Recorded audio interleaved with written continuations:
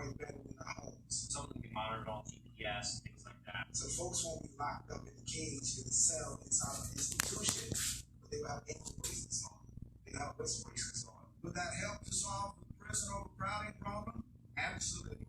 And what I worry about is that we fall asleep at the wheel, wake up, and realize that we may not have people in prisons in rural communities all over America, but that we're incarcerating people right in their communities. That, what I see, what a lot of focus is on, is taking our prison and community corrections, rural probation, and really investing in those programs. How much progress is it really if communities of color are still under perpetual surveillance and control, but now there's a private company making money off the GPS monitor rather than the person being locked in a literal cage? If we can help you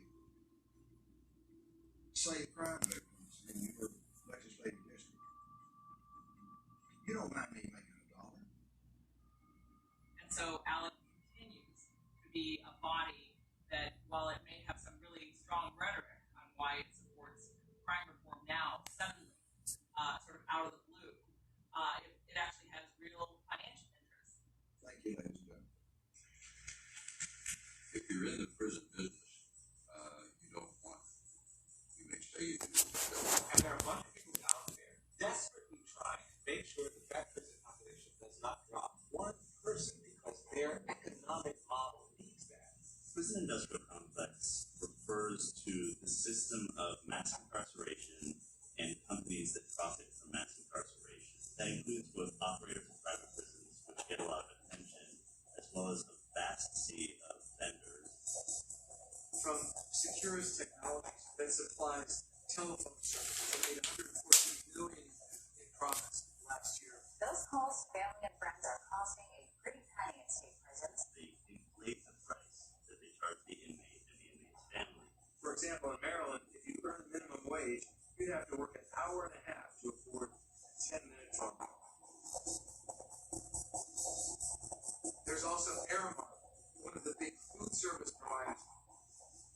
In more than one state, they've been accused of having maggots in the food that they serve.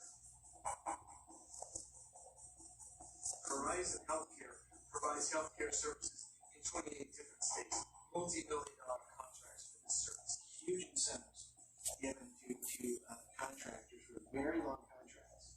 So it's actually a disincentive to provide the service because you're going to be paid anyway.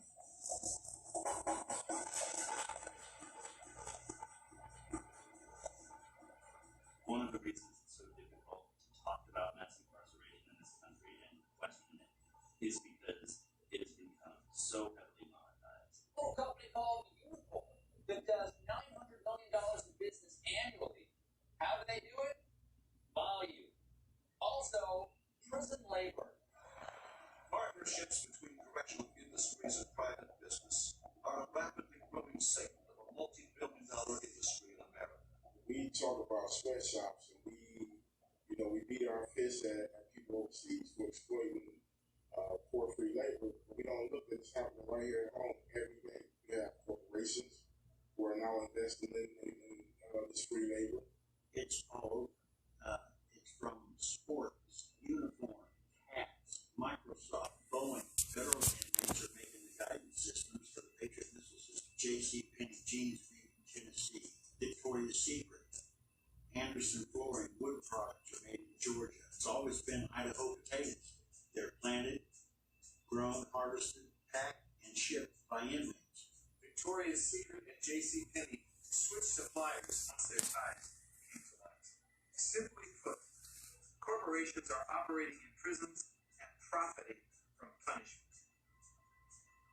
Prison industries have gotten so big that it's very difficult now to try and do away with too much money out there in the community. So, public's got to stand up and take it back. It'll never get done from there.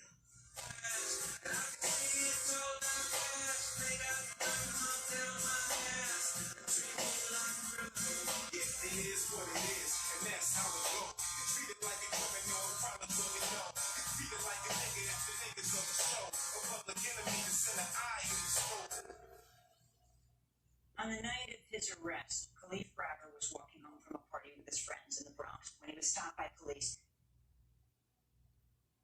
Police was charged with a crime, a pretty petty crime that it turns out he didn't commit. And they said, we're going to take you to the precinct, and most likely we're going to let you go home. And then I never went home. They told you that you could post bail. Yeah, that's correct. $10,000. Yeah. And of course, I couldn't make that. There are thousands of people in jails right this moment that are sitting there for no other reason than because they're too poor to get out. We have a criminal justice system that treats you better if you're rich and guilty than if you're poor and innocent. Well, not probability shapes outcomes. And I think what most Americans think of, because they've watched so many courtroom dramas and things like that, they think that criminal justice system is about judges and juries. Well, that's really stopped being the case. the system simply cannot exist if everyone decides to go to trial. Everybody insisted on a trial. One system will shut down. What typically happens is the prosecutor says, you can make a deal and we'll give you 3 years, or you can go to trial and we'll get you 30. So if you want to take that chance, feel free. Nobody in the hood goes to trial. 97% of those people who were locked up have plea bargained. And that is one of the worst violations of human rights that you can imagine in the United States. Yeah, in this country, people pleading guilty to crimes they didn't commit just because the thought of going to jail for what the mandatory minimums are is so excruciating. Police allowed him to stop not So you had to choose between being in prison for up to 15 years and going home right then, by the day you did a crime you didn't do. I felt like I was done wrong. I felt like something needs to be done about this. I feel like something needs to be said. If I about and say that I did it, nothing's going to be done about it. I didn't do it. No justice is served. What you're not told is that if you exercise that right to a trial and you are convicted, we will punish you more. Courts basically punished him for having the audacity to not take a plea deal and to want to take it to trial. And in that time, it was 3 years and he was sitting there and not being charged for anything. That's when the mental health issues started to deteriorate. He started to get into fights. After a while, I just kept hearing the same thing from the whole 3 years. And I just learned to cope with just being in there. And that was rough. I already knew. After a while, I gave up hope.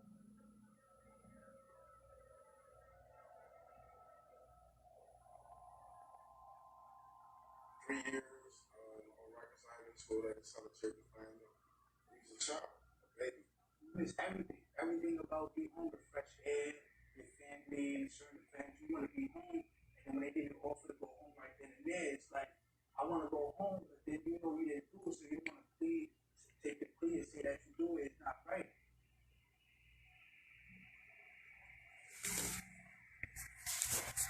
I was scared all day because I didn't know where it would come from. I don't know where any harm would come. Khalid suffered through so many beatings, both by the people he was locked up with and the guards. He ended up attempting suicide on several occasions. After almost 3 years in jail waiting his trial, they dropped all the charges and set